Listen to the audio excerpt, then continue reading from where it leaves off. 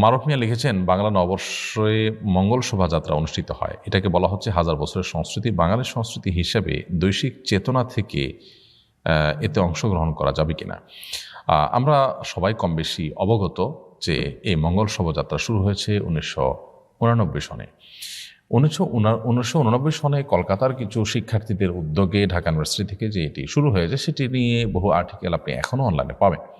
মাত্র 35 বছর আগে শুরু হওয়া ঘটনাকে হাজার বছরের ঐতিহ্য বলা একটা মিথ্যাচার, একটা প্রতারণা।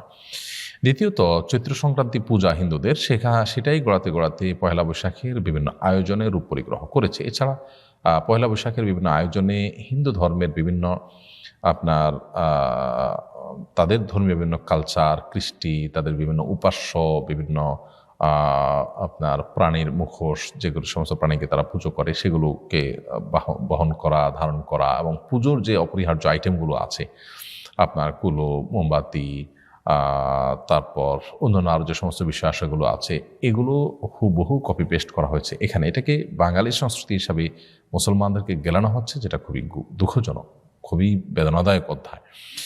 তো দেশীয় সংস্কৃতি তো পালন করাই যেতে পারে, সেটা যদি সত্যি দেশীয় সংস্কৃতি হয় এবং সেটা যদি কোনো ধর্মীয় কোনো সিম্বল বহন না করে, তো সেরকম সংস্কৃতি সাথে ইসলামের কোনো সংঘর্ষ না থাকলে সেটা করাতে কোনো অসুবিধা নেই। কিন্তু যেখানে পরিষ্কারভাবে অন্য ধরনের ধর্মীয় কার্যাবলী রয়েছে, এবং এরপরে বিভিন্ন বিশ্ববিদ্যালয়ের শিক্ষকদের বিভিন্ন সাক্ষাৎকার এখনও আপনি অনলাইনে খুঁজলে পাবেন যে পয়লা বৈশাখটা আসলে কি, মঙ্গল শোভাযাত্রাটা আসলে কি, মঙ্গলের উদ্দেশ্যে শোভাযাত্রা করা, তার মানে এই শোভাযাত্রা করলে মঙ্গল হবে, এটা যেমন অবৈজ্ঞানিক তেমন এটা ইসলাম কর্তৃক অসমর্থিত বিষয়।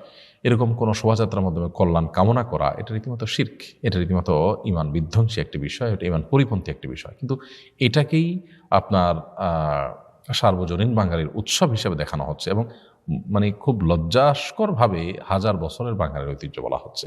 খুবই দুঃখজনক। তো দেশের সংস্কৃতির নামে হিন্দুয়ানি সংস্কৃতিকে ধারণ করা জায়েজ নাই, এবং এটি থেকে আমাদের বেঁচে থাকা অপরিহার্য কর্তব্য।